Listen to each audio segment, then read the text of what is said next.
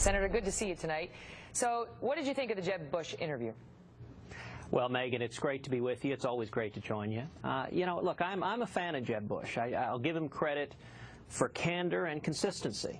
He is running based on his views. His views are different from that of an awful lot of Republican primary voters, but he's honest about it. And I think we're going to have a clear, straight-up debate about what's the right direction for the Republican Party to go and what's the right direction for the country to go. What about that? Because in looking at the records, most of the candidates have little nits that they can be hit with on, position changes.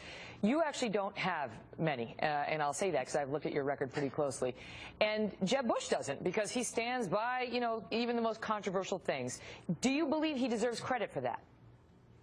Oh, I think it is important for someone to stand by what they believe. And what I've tried to do in the Senate has been real simple. It's been tell the truth and do what I said I would do. If I'm with you, I'm really with you.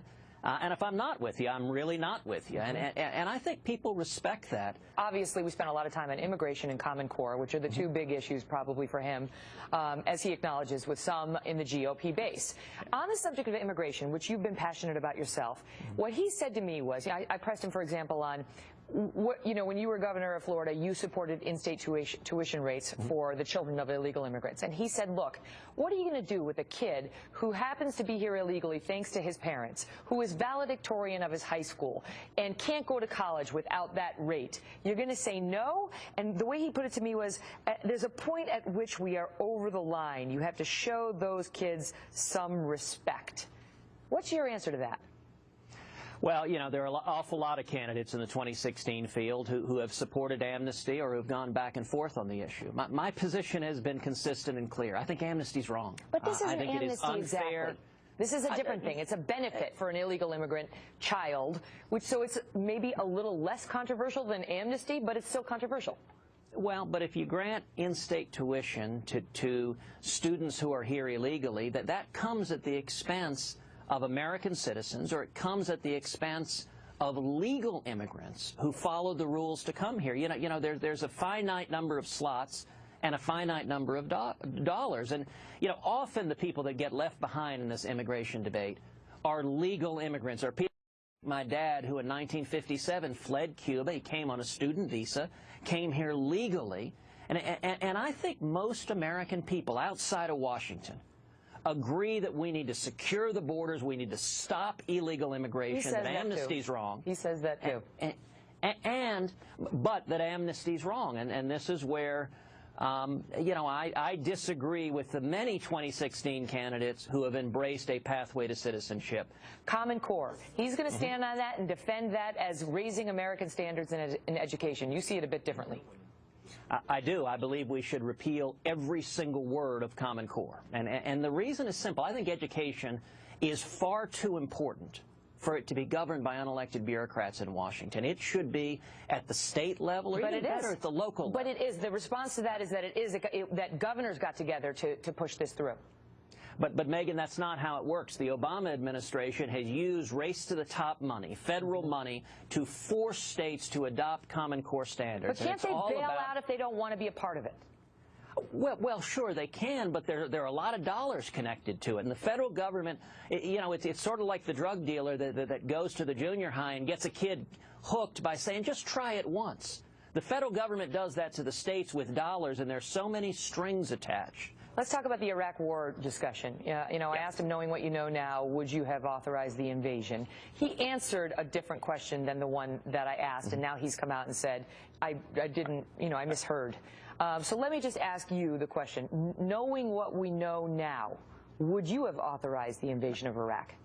Of course not. I mean, the entire predicate of the war against Iraq was the intelligence that showed they had weapons of mass destruction and that there was a real risk they might use them. Now, I would note there was a bipartisan consensus. Both Republicans and Democrats, looking at that intelligence, concluded it was a real we now know that intelligence was false. And without that predicate, there's no way we would have gone to war with Iraq, and we know that now in hindsight. And I know, do you defend the decision to go in by President Bush at the time, given the information he was given?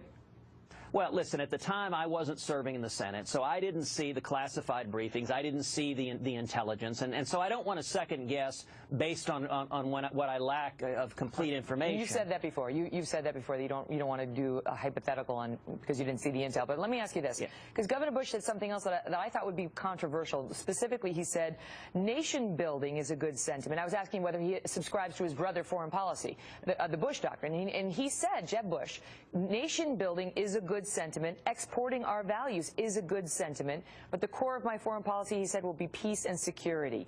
You have said something very different about what you've called the Cruz doctrine. What is the difference? Well, to be fair, I don't claim to have any doctrines and certainly don't hope to. But, you know, I think foreign policy ought to be dictated by the vital national security interest of the United States. If and when military action is required, number one, we should be reluctant to use military power. America always has been. You know, it's worth noting the biggest country Reagan ever invaded was Grenada. But if and when we're required to use military force, it should be with a clearly defined objective. It should be with overwhelming force.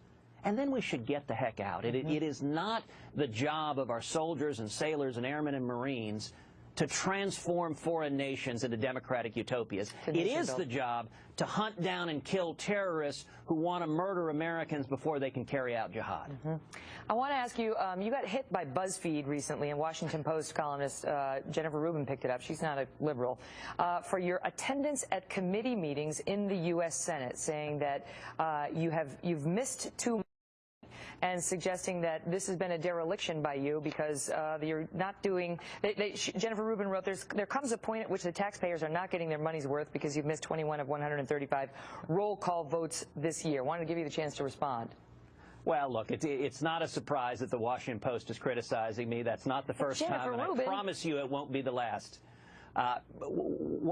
What is the simple reality is anyone who is running for president, you have to be out campaigning in Iowa, New Hampshire, South Carolina. You got to be listening to the people. You got to be meeting the people, hearing their questions. That's the way our system works. It's a great system.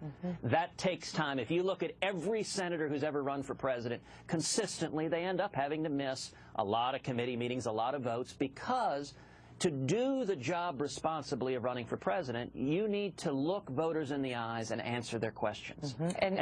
Here's my last question to you, because we're out of time. Speaking of looking people in the eyes and answer questions, there was a big dust-up between you and Mark Halperin this week.